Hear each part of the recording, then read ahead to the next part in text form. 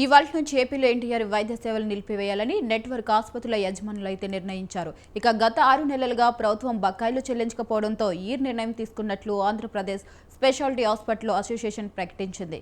ఇక ఇప్పటికే వివిధ మార్గాల ద్వారా ప్రభుత్వానికి తమ ఇబ్బందులు తెలియపరిచినప్పటికీ ప్రయోజనం కనిపించలేదని అసోసియేషన్ ఒక ప్రకటనలో తెలిపింది.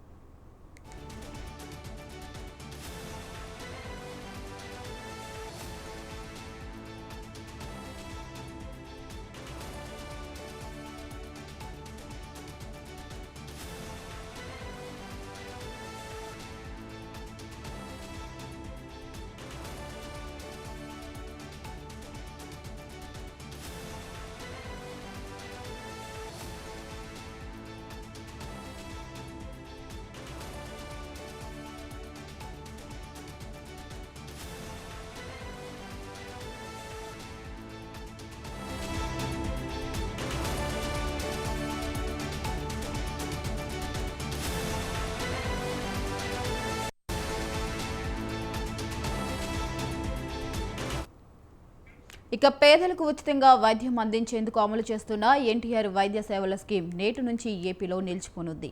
ఎన్టీఆర్ వైద్య సేవ ట్రస్ట్ కింద అందిస్తున్న వైద్య ఆరోగ్య సేవలను అన్ని నెట్వర్క్ ఆసుపత్రుల్లో నిలిపివేస్తున్నట్లు అసోసియేషన్ ప్రకటించింది.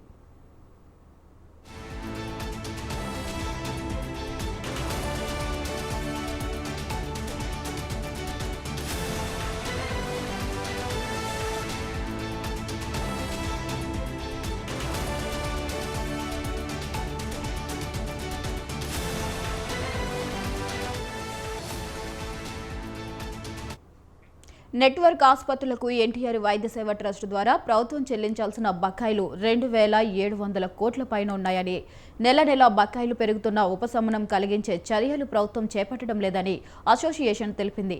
ఇక బకాయిలు రోజురోజుకు పెరగనున్న నేపథ్యంలో వాటిని విడుదల చేసే వరకు ఎన్టీఆర్ వైద్య సేవ పథకం కింద వైద్య సేవలు నిలిపివేస్తున్నామని అసోసియేషన్ ప్రకటించింది.